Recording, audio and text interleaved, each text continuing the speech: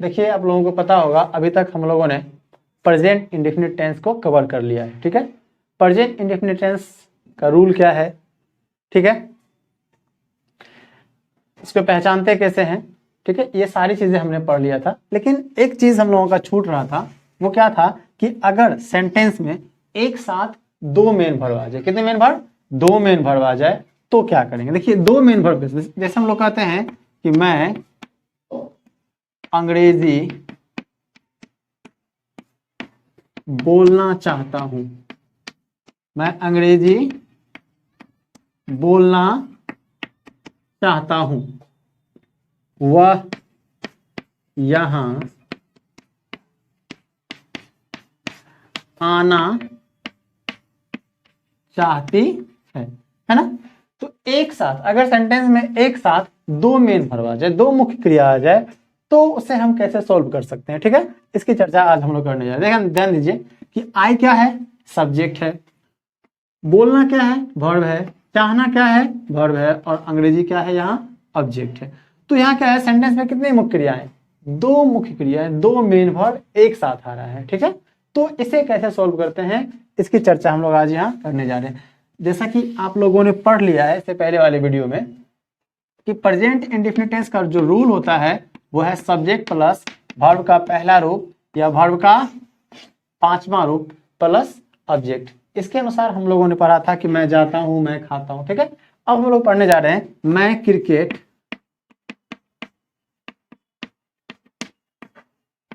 खेलना चाहता हूं।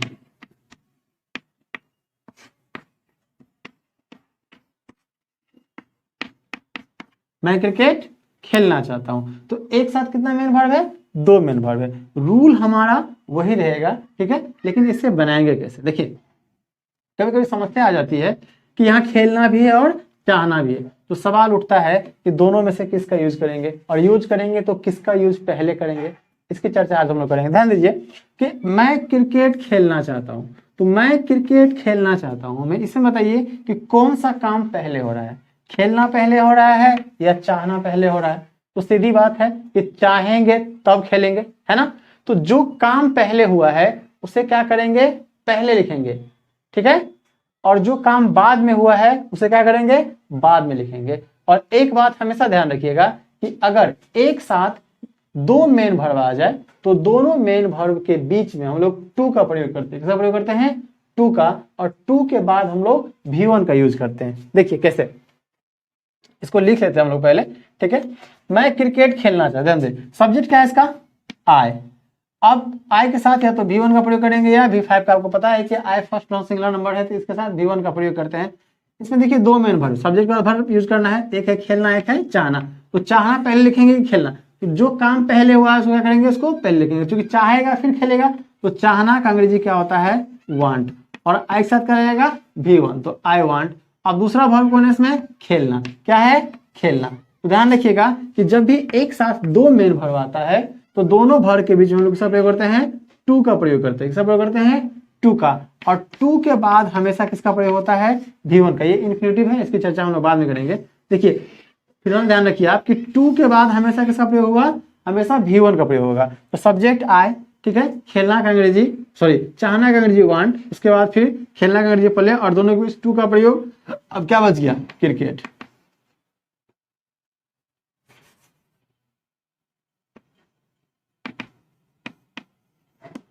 आई वॉन्ट टू प्ले क्रिकेट। कोई दिक्कत यहां तक नहीं होना चाहिए। ठीक है, चलिए एक और देखेंगे हम लोग, इसकी चर्चा करते हैं।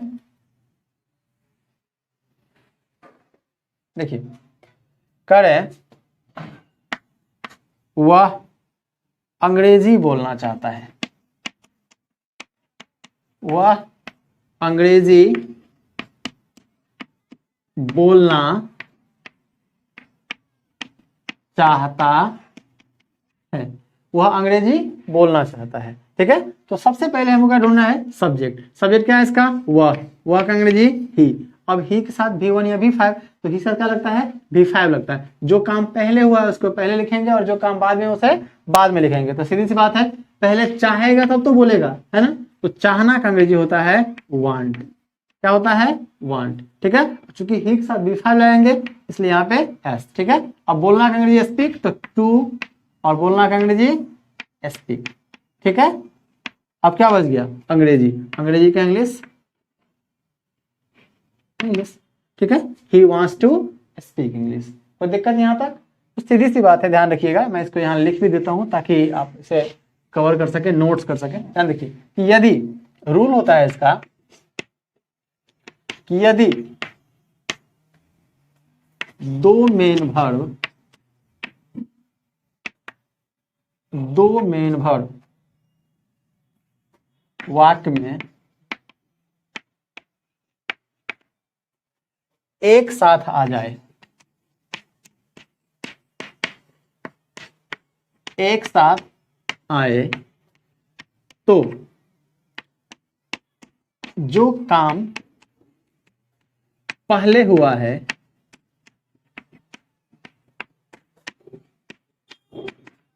उसे पहले लिखें,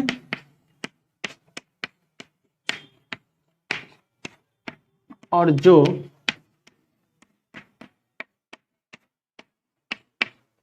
कार्य बाद में हुआ है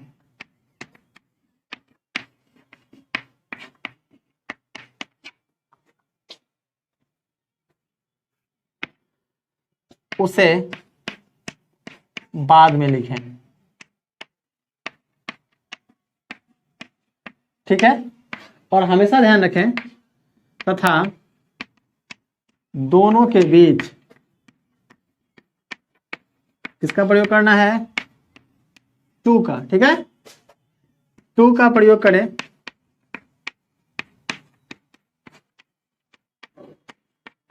और टू के बाद हमेशा क्या लिखें, V1 लिखें। कोई दिक्कत किसी को कि है? ध्यान रखिएगा कि अगर एक साथ दो मेन वर्ब आता है तो जो काम पहले हुआ है उसको पहले लिखेंगे, और जो बाद में हुआ उसे बाद में लिखेंगे, और दोनों के बीच में टू का प्रयोग करेंगे, और टू के बाद जो वर्ब आएगा वो हमेशा क्या होगा, V1 के फॉर्म में ही होगा, ठीक है। एक बार एग्जांपल फिर देख लेते हैं। मैं आना चाहता हूं, मैं आना चाहता हूं। आई के साथ क्या लग जाएगा, V1, ठीक है। चूंकि चाहना पहले है इसलिए वांट, और आना का अंग्रेजी कम, दोनों के बीच टू का प्रयोग, और टू के बाद हमेशा V1। I want to come. चलिए, यहां तक अगर किसी को कोई दिक्कत है तो आप बेहिचक पूछ सकते हैं, ठीक है। चलते हैं हम लोग अगले पैटर्न पे, ठीक है, रोल नंबर 2 पे।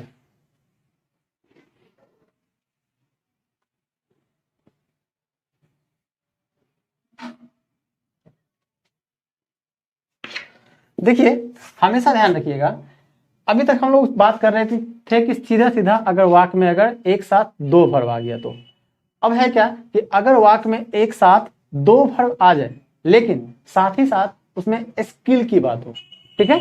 अब स्किल क्या होता है, जैसे कहते हैं कि मैं साइकिल चलाना जानता हूं, ठीक है। ये स्किल मतलब क्या है, कला हमारे पास है कि साइकिल चलाना मुझे आता है, ठीक है। तुम तैरना जानते हो, मतलब तुम्हारे अंदर तैरने की स्किल है, अर्थात तुम्हारे अंदर तैरने की क्या है, कला है। तो अगर एक साथ दो वर्ब आए, ठीक है, रूल नंबर 2 की बात करते हैं, ठीक है। यदि एक साथ कितने वर्ब, दो वर्ब तो आए, दो वर्ब आए, परंतु स्किल, स्किल अर्थात कला, परंतु स्किल की बात हो तो बाद वाले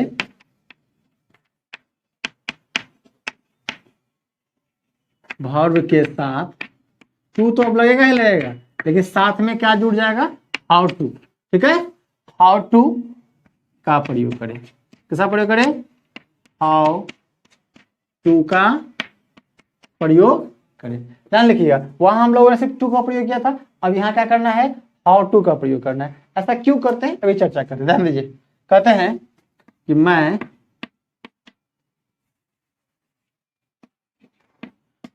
तैरना जानता हूं, ठीक है, मैं तैरना जानता हूं, ठीक है। ध्यान दीजिए, मैं तैरना जानता हूं, यहां वही बात है, जो काम पहले होगा उसको पहले लिखेंगे, जो बाद में होगा उसको बाद में लिखेंगे, ठीक है। ध्यान दीजिएगा, अब यहाँ पे क्या है, दो मेन वर्ब है, एक है तैरना और एक है जानना। तो सीधी सी बात है कि पहले जानेंगे तब तो तैरेंगे, नहीं पहले जानेंगे फिर तैरेंगे।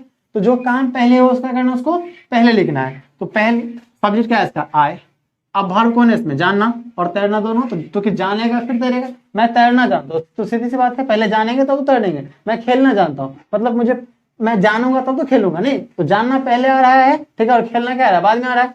तो यहाँ कोई बात है कि मैं तैरना जानता हूँ, तो जानना का अंग्रेजी क्या होता है, नो, आई के साथ क्या लगेगा, V1। चलिए, अब है तैरना, तैरना का अंग्रेजी क्या होता है, स्विम होता है।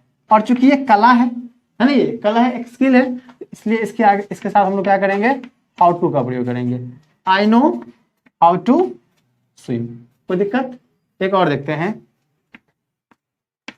वह पढ़ना जानता है, ठीक है।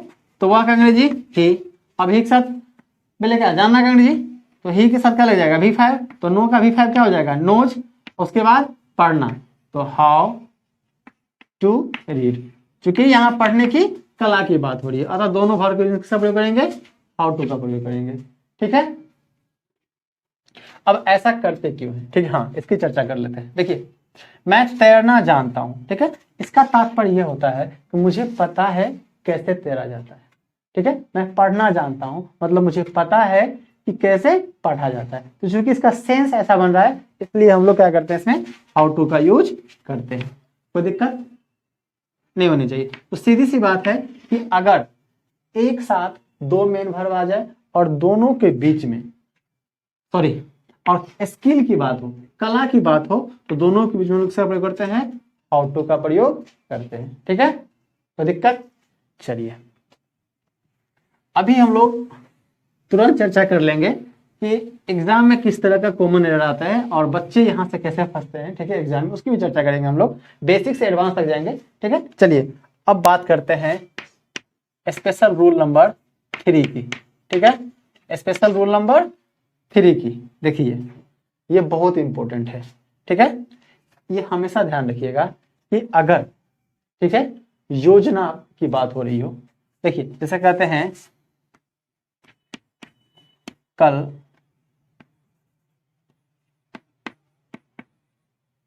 मुख्यमंत्री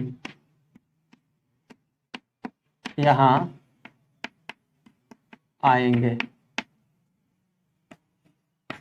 मैं अगले वर्ष कार खरीदूंगा। अब ये बताइए इसे कैसे सोल्व करेंगे। अभी तक तो हमने पढ़ा था कि प्रेजेंट इंडेफिनिट टेंस यह बताता है कि कार्य निश्चित नहीं होता और वर्तमान समय की बात करता है, नहीं, और अंत में क्या लगा होता है, ता है ती है लगा होता है। लेकिन यहाँ तो कहीं ता है ती है लगा हुआ ही नहीं है। तो सवाल उठता है कि इसे कैसे सोल्व करेंगे, इसे कैसे बनाएंगे, है ना। देखिए, क्या ये प्रेजेंट इंडेफिनिट टेंस है, क्या यह प्रेजेंट इंडेफिनिट टेंस है, ये फ्यूचर टेंस है, बताइए। तो देखने से क्या लग रहा है, ये फ्यूचर लग रहा है ना, लेकिन वास्तव में ये बनेगा प्रेजेंट इंडेफिनिट टेंस के ही अनुसार, ठीक है। अब सवाल उठता है कि कैसे बनेगा प्रेजेंट इंडेफिनिट टेंस के अनुसार, इसकी चर्चा हम लोग कर लेते हैं। ध्यान दीजिए, यहाँ दो बातें हैं, कल प्रधानमंत्री आएंगे, कल टेस्ट मैच आरंभ होगा, हम कहते हैं कि कल टेस्ट मैच आरंभ होगा। जरा ये सोच के बताइए तो कि कल टेस्ट मैच आरंभ होगा, तो क्या इसकी प्लानिंग कल होगी या इसकी रूपरेखा बहुत पहले से तैयार हो चुकी है और ये फिक्स है, निश्चित है ना। तो ध्यान रखिएगा कि अगर कोई कार्य भविष्य में होना हो, लेकिन अगर उसकी प्लानिंग बहुत पहले से है और वो क्या है, निश्चित है, फिक्स है, तो हम लोग क्या करते हैं, उसे प्रेजेंट इंडेफिनिट टेंस के अनुसार ही बनाते हैं, ठीक है। देखिए जैसे कहते हैं कि कल मुख्यमंत्री यहां आएंगे, अभी मुख्यमंत्री क्या कर रहे हैं, दौरा कर रहे हैं राज्य का, कर रहे हैं ना। तो आपको पता है कि मुख्यमंत्री कल यहाँ आएंगे, तो अगर यहाँ आना है तो उसकी रूपरेखा पहले ही बन चुकी है, फिक्स है ना। तो अगर कोई भी कार्य भविष्य में होने वाला हो, परंतु अगर उसकी प्लानिंग पहले से तय है, पहले से फिक्स है, तो उसे प्रेजेंट इंडेफिनिट टेंस के अनुसार ही बनाया जाता है। तो कल मुख्यमंत्री यहाँ आएंगे, कौन? मुख्यमंत्री, चूंकि खास है इसलिए क्या लग जाएगा, ठीक है। चलिए हम सीएम लिखते हैं, चीफ मिनिस्टर, ठीक है। द चीफ मिनिस्टर, ठीक है। अब वर्ब कौन है इसमें? आना, आना है कम। ये बताइए तो ये क्या है? थर्ड पर्सन सिंगुलर नंबर, क्या हो जाएगा? कम्स। यहाँ का हेयर, और कल का चूंकि आने वाला कल है तो क्या हो जाएगा? टुमारो। द चीफ मिनिस्टर, चलिए पूरा ही लिख देते हैं, the chief minister comes here tomorrow. कल टेस्ट मैच आरंभ होगा, कल टेस्ट मैच आरंभ होगा। तो कल टेस्ट मैच आरंभ होगा, कल टेस्ट मैच स्टार्ट होगा, क्या मतलब? क्या इसकी प्लानिंग कल बनेगी? नहीं, इसकी प्लानिंग कल नहीं बनेगी, बहुत पहले से ही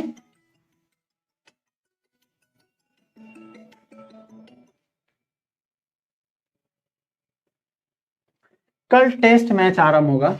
मतलब नंद जी कि सीधी सी बात है कि इसकी प्लानिंग बहुत पहले ही तय हो चुकी है कि इस तारीख को, ठीक है, इस महीने में इस दिन को क्या होगा? मैच स्टार्ट होगा। नहीं, तो सीधी सी बात है इसकी प्लानिंग क्या है? पहले से ही तय है। तो अगर कोई प्लानिंग पहले से तय हो चुकी है, फिक्स हो चुकी है, तो उसे प्रेजेंट इंडेफिनिट टेंस के अनुसार ही बनाया जाता है। क्या हो जाएगा? The test match, the test match, ठीक है, थर्ड पर्सन नंबर है तो स्टार्ट्स, और कल का अंग्रेजी टुमारो। तो दिक्कत नहीं होनी चाहिए। तो सीधी सी बात है कि अगर कोई भी कार्य भविष्य में होना तय हो और उसकी रूपरेखा बहुत पहले ही निर्धारित कर ली गई है, तो हम क्या करेंगे? उसे प्रेजेंट इंडेफिनिट टेंस के अनुसार ही बनाएंगे।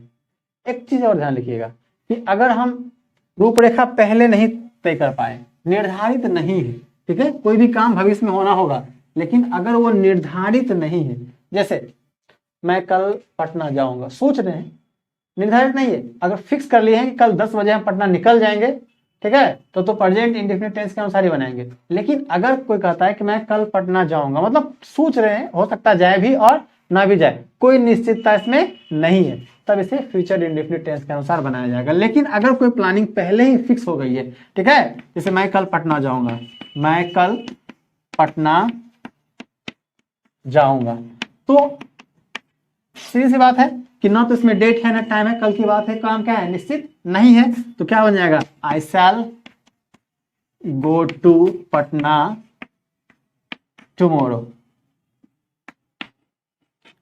ठीक है। लेकिन अगर मैं ये कहता कि मैं कल 10 बजे पटना जाऊंगा, ठीक है, अगर ये प्लानिंग फिक्स है, ये आपको ये सेंस है, ठीक है, अगर ये निश्चित हो जाता है तब जाकर के हम क्या, पहले से प्लानिंग फिक्स है, हमने 2 महीना पहले टिकट बुक करा लिया है, ठीक है, अब मुझे कल जाना ही जाना है पटना, अगर ये सेंस बन रही है, तब जाकर के आप इसे क्या बनाएंगे? प्रेजेंट इंडेफिनिट टेंस के अनुसार ही बनाएंगे, ठीक है। लेकिन अगर सिर्फ सोच रहे हैं, ठीक है, कि जाएंगे भी नहीं भी जाएंगे, सिर्फ प्लानिंग कर रहे हैं, योजना बना रहे हैं, तब तो वो बन जाएगा फ्यूचर इंडेफिनिट टेंस के अनुसार। लेकिन अगर काम निर्धारित हो गया है कि हम निश्चित कर लिए हैं कि इतना बजे कल मेरा इंटरव्यू है, मैं इंटरव्यू देने जाऊंगा, ठीक है, तो कैसे बनेगा? प्रेजेंट इंडेफिनिट टेंस के अनुसार ही बनेगा। कोई दिक्कत यहाँ तक कि है? तो हमेशा ध्यान रखिएगा, ठीक है, कि अगर भविष्य में, रूल नंबर 3 हो जाएगा आपका, कि यदि भविष्य में कोई कार्य, यदि भविष्य में कोई कार्य पूर्व निर्धारित हो,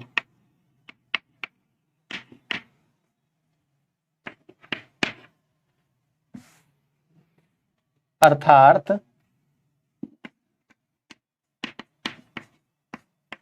उसकी रूपरेखा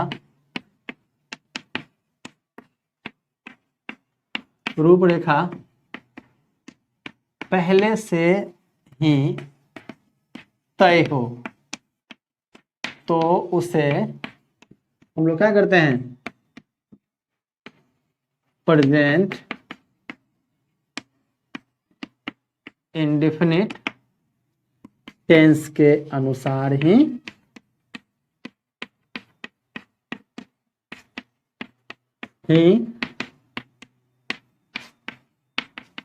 बनाते हैं। ठीक है, जैसे कल टेस्ट मैच आरंभ होगा, टेस्ट मैच आरंभ होगा। ठीक है, क्या हो जाएगा, द टेस्ट मैच आरंभ का स्टार्ट, चूंकि बिफा लग जाएगा, स्टार्ट टुमारो। कोई दिक्कत नहीं होनी चाहिए। ठीक है, चलिए अब एक चीज जो है, अगर आप कॉम्पिटिटिव स्टूडेंट्स हैं, ठीक है, और आपने अगर यहां तक वीडियो देख लिया है, ठीक है, तो एक डॉट और आप क्लियर करते जाएंगे कि एग्जाम में, ठीक है, जब कॉमन एरर की बात होती है, ठीक है, कॉमन एरर की बात होती है, तो यहां से क्या कॉमन एरर आ सकता है, यहां से क्या कॉमन एरर आ सकता है। देखिए सीधी सी बात है, आपको एग्जाम में दे देगा the test match will starts tomorrow. ठीक है, और आपको यहां बोल देगा कि इसमें से एरर ढूंढिए। ठीक है, तो आपने अभी जस्ट पढ़ा है कि चूंकि मैच की अगर रूपरेखा पहले से तय होती है, ठीक है, तो उसे हम लोग फ्यूचर इंडेफिनिट टेंस के अनुसार नहीं बल्कि प्रेजेंट इंडेफिनिट टेंस के अनुसार ही बनाते हैं। तो यहाँ जो यह विल लग गया, ये क्या दर्शा रहा है, फ्यूचर इंडेफिनिट टेंस। तो अगर ये पार्ट कर दे, यहाँ से यहाँ तक एक पार्ट, यहाँ से यहाँ तक दो पार्ट, और यहाँ से यहाँ तक तीसरा पार्ट, ठीक है, तो एक ये, दो ये और तीसरा ये। तो आपको बोला जाए इसमें बताइए कि एरर कहाँ है, तो किस पार्ट में है, दो पार्ट में है। ठीक है, पार्ट नंबर 2 में क्या एरर है, यहाँ पे विल का यूज नहीं होगा। ठीक है, क्या लगेगा, सिर्फ स्टार्ट ही लगेगा। और एक और एरर ध्यान दीजिए, विल के साथ हमने क्या लगा दिया, बी5 लगा दिया। हालांकि इसकी चर्चा चूंकि फ्यूचर इंडेफिनिट टेंस हमने पढ़ाया नहीं है,